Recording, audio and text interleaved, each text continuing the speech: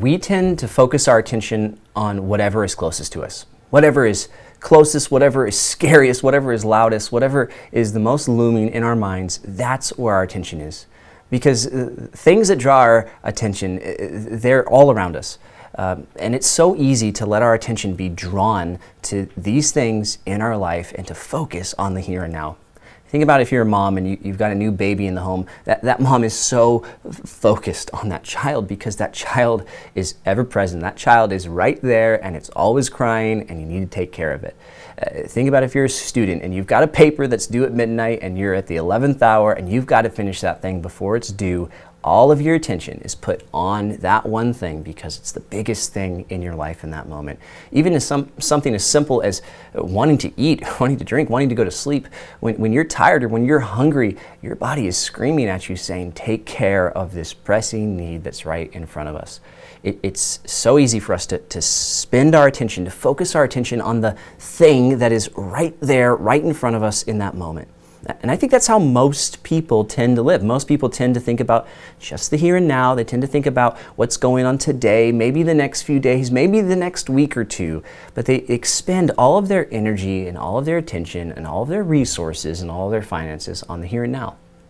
And other people tend to not do that. And we would call those people prudent people. We would say those people are wise, maybe they're prudent. They can see far enough ahead into the future to know and have confidence that there's more than just the next day or the next few weeks.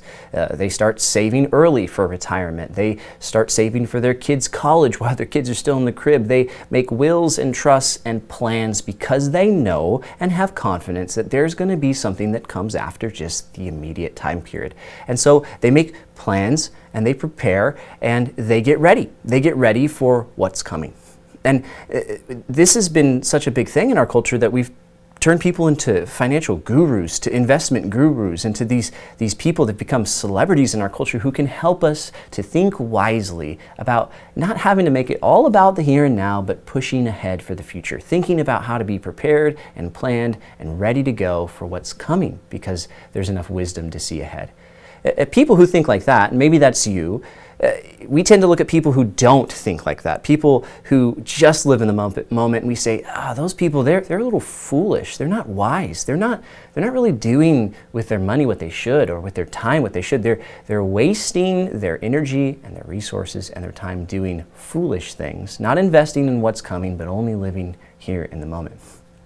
Well, I wonder if the same thing could be said for us as Christians.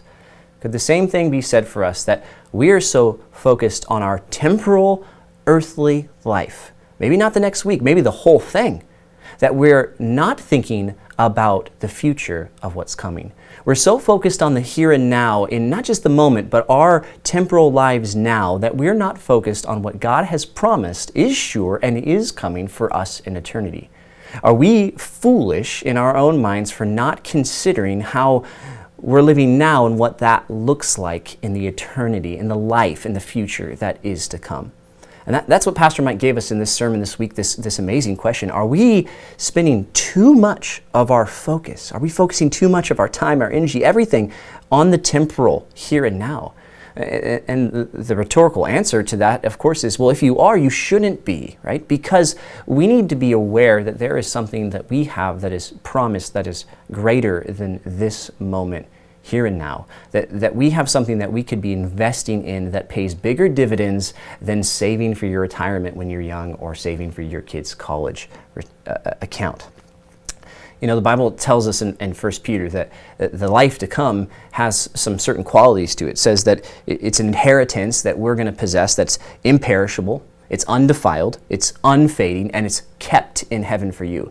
I want you to think about the inverse of that. If that's true, then what we have now, the inheritance of this life, this temporal world that we have now, is by definition perishable. It is defiled by sin. It's going to pass away. It's not right. It's defiled because of sin. It's fading. It's not going to last, and it's not secure. It's not kept. It's not reserved. It's not guaranteed. Your retirement or your future or your tomorrow are not guaranteed, but it's unsecure. It's going to go away. That's the picture of this life that we have, and yet it's so easy for us as Christians to spend all of our time and energy and effort thinking about this life and not thinking about the life that's to come. If we think about that life to come and not put all of our energy into this life, our lives change drastically. The way we operate, the way we look, it's totally different. Now, I think a great story about this that Jesus gives is found in Luke chapter 12. And he gives this story really talking about the folly of putting your hope in finances and money and being someone who's selfish and greedy. That's kind of the context of this. But I think it goes to show us the example of what Jesus is getting at, the foolishness of this person. And I'm going to read this to you. It says in Luke 12, starting in verse 15, it says, and he said to them, "Take care and be on guard against all covetousness, for one's life does not consist of the abundance of his possessions." What a great warning that is for us, just in terms of possessions, but it also doesn't consist just in this life. One's life is not just about the here and now and the things that we have, right? It's more than that. And then he told them this parable, saying, "The land of a rich man produced plentifully. And he thought to himself, 'What shall I do? For I have nowhere to store my crops.' And he said, 'I will do this. I will tear down my barns and build larger ones. And there I will store all my grain and all my goods. And I will say to my soul, Soul, you have ample goods laid up for many years. Relax, eat, drink, and be merry.' And here's the point of the story. But God said to him, 'Fool, this night your soul is required of you. And the things that you have prepared, whose will they be?'" I think Jesus is trying to get us to understand that our life isn't secure. That our life now, it is not guaranteed, and we could die at any moment. God might require our life of us in this exact moment. And so why then do we store up treasures for ourselves on earth and trust in those things? The principle at play for us as Christians is that we do not store up for ourselves treasures on earth, but treasures in heaven. The treasures on earth, they're going to pass away, and they're going to be there and remain here while we depart. So why would we spend all of our time and energy and effort and focus and attention on storing up treasures on earth when it can go away in a moment? Instead, what should we do? We should store up our treasures in heaven. This is such an important thing for us to think about, even in the context of marriage. Now, you might be saying, how is this true? Well, I want you to think about you and your spouse. How would your marriage be different if one of you or both of you had an eternal focus? So much of what we fight about, so many communication issues have to do with our focus on the everyday things that go wrong, the things that draw our attention, our checkbooks, our credit card bills, our issues with our kids. Everything draws our attentions in our lives, and it ends up becoming all-consuming for us. Our focus is so on those things, that things that are happening here and now, that we lose our focus on what God has promised for us. And I think if a married couple were to make the shift of really understanding and having confidence that there's an inheritance that's promised and it's kept for you, it's known, it's secure, that there's value to it, that it's something worth obtaining, that would change the way you walk through the things that do come up in your life. So many times we're looking for the quick fix. We're saying, how do I get through this situation with my teenager? How do I get through this conversation with my husband? How do we get over this challenge of working together and living together all the time at home?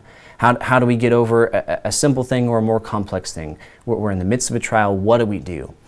And I think maybe a better way to approach it is, let's change our whole perspective. Let's change our whole perspective, and let's think about what God has promised for us, and let's store up treasures in a heavenly sense. Let's work to produce good fruits for Christ here and now, and not think so much about just the immediate trials that are coming. I think that changes how couples talk to each other. No longer are you fearful or anxious. No longer are you complaining or bitter. No longer are you resentful when you're understanding what God has promised for you. When you're understanding that you have an eternal hope and a calling, that changes the way you think about the challenges and the trials that you go through, and it makes you less concerned, less anxious. You trust more in God because you know that He has kept an inheritance for you in heaven. He's going to do it. He's going to bring it about. And so we want to store up treasures thinking eternally, not just on this life, but on the life to come. Well, while I was in college, it was so easy for me to focus on the work I had to get done. I was my senior year of college, and I had a ton of work to do. I had 21 units my last semester, and I was working and I was busy. And it took a lot of my focus to just work towards the end goal of getting to graduation day. Graduation day was supposed to be this very exciting day that I was really looking forward to because I'd put all this time and energy and effort into, and here was this big day of celebration where I wrapped up my college, got my degree, and walked across the stage. But in reality, I didn't care that much about my graduation day. The reason why I didn't care that much about my graduation day is because 14 days after my graduation, my wife and I, we were getting married. Kelly and I were engaged, and we had set our wedding date 2 weeks after graduation. And so I'm sitting there in my apartment at college working on wrapping up my school, not really caring that much about the day of graduation as much as I was caring about this wedding that I was going to have, the honeymoon that was going to come after, and the life of marriage that was going to be waiting for me after this day. I still was a good student. I still got things done. And if anything, the hope of marriage got me through college.